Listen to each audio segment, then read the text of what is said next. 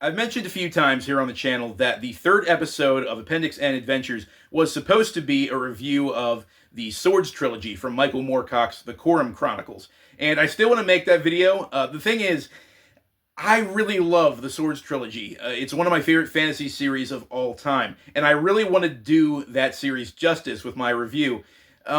And I'm still kind of confused as to how I want to go about it. I'm still not sure as to whether I want to do the whole trilogy or if I just want to talk about the first book, The Knight of the Swords.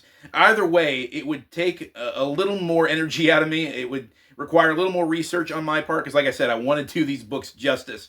So for now, I've kind of shelved that project, and I'll definitely come back to it at some point. It'll definitely end up becoming a future episode of Appendix N. But for the meantime, I'm just taking my time and, just trying to figure out how I want to approach it. Until then, though, I realize that I have not done one of these Appendix N episodes in a while. So I figured that I should review something that's a little easier for me, I guess. A book that's a little less complicated. And so that's where this comes in. Kothar, Barbarian Swordsman by Gardner Fox. Let's get into it.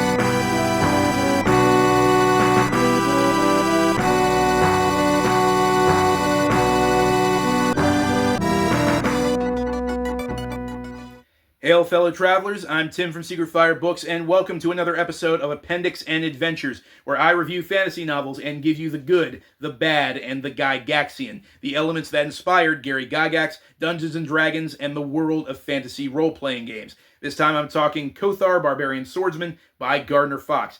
Now, Gardner Fox was amongst one of the most prolific American writers of all time. He wrote thousands, literal thousands, of comic books for DC during the golden and silver ages of comics. He introduced many staples of the DC universe, including the Justice Society of America, the Justice League, and many of their big-name superheroes, including The Flash, Green Lantern, Dr. Fate, Hawkman, and, of course, Hawkgirl. Calm down, Tim. Calm down. She's just a cartoon. Really good-looking cartoon. Fox also wrote hundreds of novels under many different pen names, with genres ranging from fantasy to science fiction to romance to men's adventure to a very niche subgenre that my friend Nick from the book Graveyard refers to as spy sleaze. Yeah, now I know why Shayera was a redhead. Barbarian Swordsman is book one of his Kothar series. It's actually a fix-up of the first three Kothar short stories starring, well, Kothar. He is a wandering barbarian mercenary, a savage Cumbarian from the cold northern lands.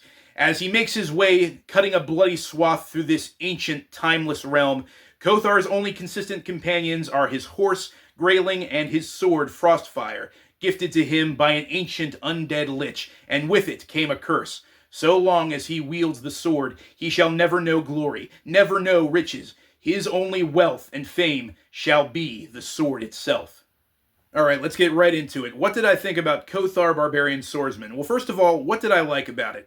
The thing is, as you may have guessed, Kothar is basically Gardner Fox's attempt to create a Conan the Barbarian-esque sword and sorcery epic. These stories are very, very derivative of the old Conan stories by Robert E. Howard.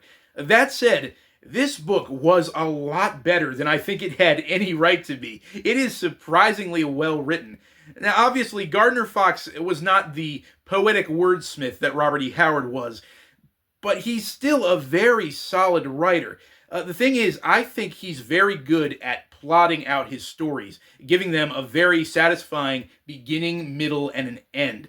And I think that comes with the territory of being a comic book writer. Now, Gardner Fox comes from an era before the 1980s and the explosion of big crossover events and multi-issue series in comic books. Back then, in the golden and silver age of comics, most individual comic books were intended to be their own self-contained stories. They were supposed to have a beginning, a middle, and an end. And if you write over 1,000 comic books that way, I'm assuming you get really good at plotting them out and giving them a good natural pace. And so each of the short stories in this fix-up I thought was wonderfully paced and had a very satisfying 3-act kind of structure. They ended up being a lot better than I was expecting. So the people that say that Kothar is kind of the diet version of Conan, that's kind of true, but these stories are still wonderfully written. It's still good old-fashioned sword and sorcery. I also think that there are times when Gardner Fox's prose is kind of beautiful. He can be very descriptive in a way that paints a very vivid image in the reader's mind. I think he's actually pretty good, a lot better than most people give him credit for. Also, any time when magic is involved in the story is when his writing really shines. Unlike Robert E. Howard's take on magic, which is rather subdued and when it happens is pretty quick and visceral. You know, a wizard will throw a fireball or tear someone's heart out with their mind or occasionally resurrect a dead body to do their bidding.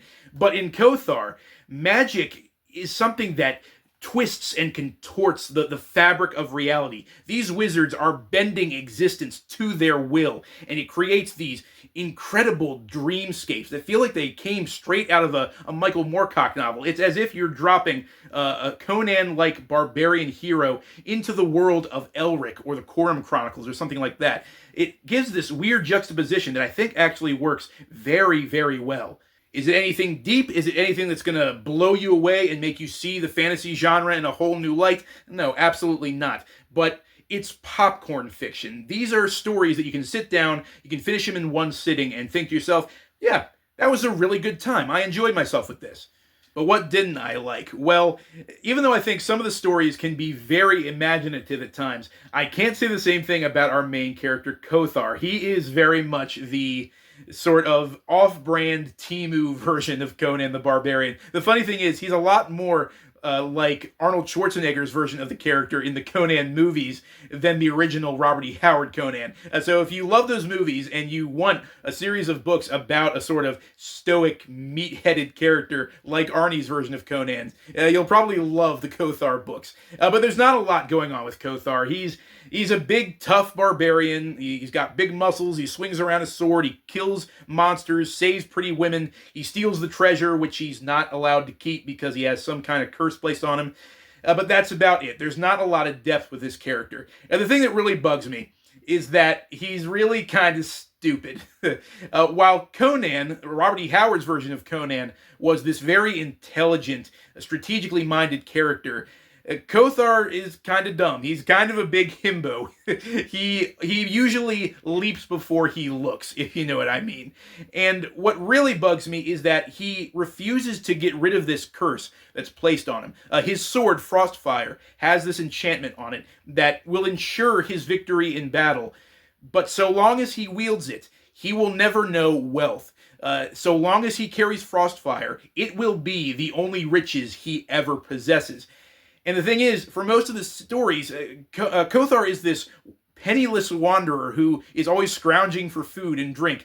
And it makes me think, dude, I know it's a cool sword and all, but you gotta feed yourself. You gotta feed your horse.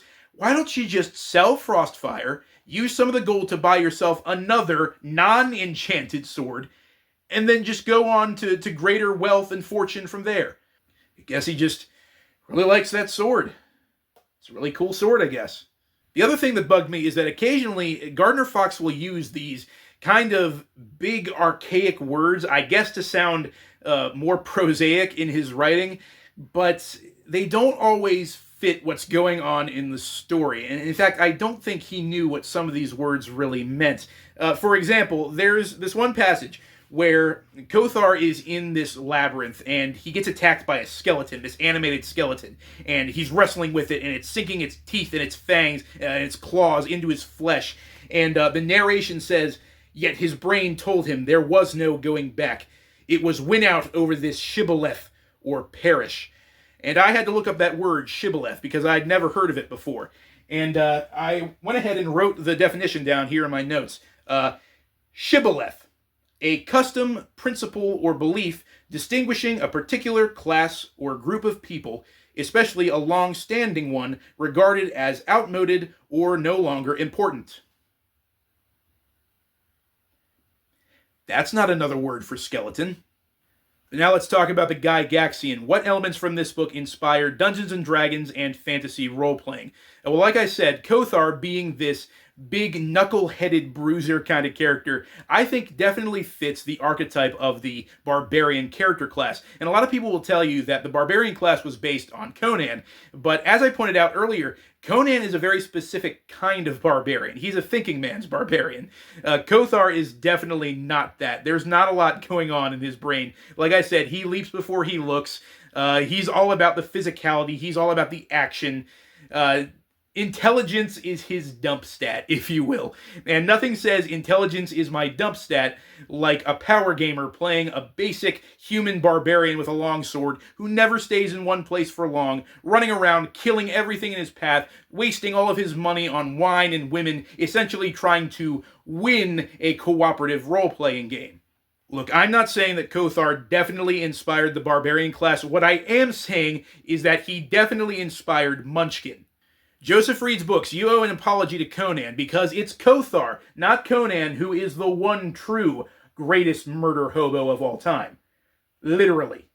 But also, all the adventures that Kothar goes on are definitely reminiscent of the dungeon-crawling aspects of D&D, and I can definitely see how one influenced the other. Whenever Kothar does anything, he's always exploring some kind of dark, twisted terrain, like a dark forest, or a dungeon, or a labyrinth, or a wizard's castle. And wherever he goes, he's constantly confronted by monsters that he has to kill, and traps he has to avoid. And there's always one big threat, usually one big monster at the end that he has to face, kind of like a boss battle.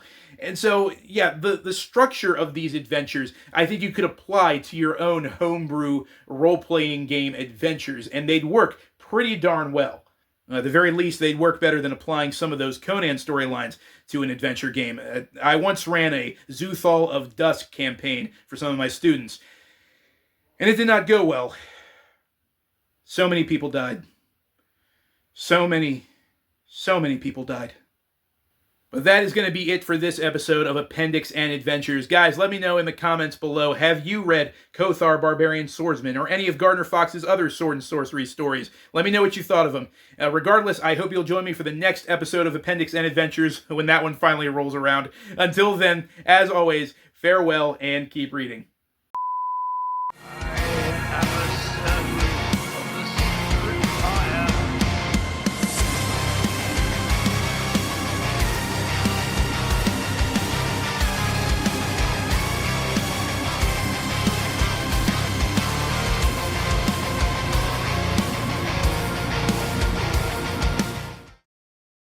Yet his brain told him there was no going back.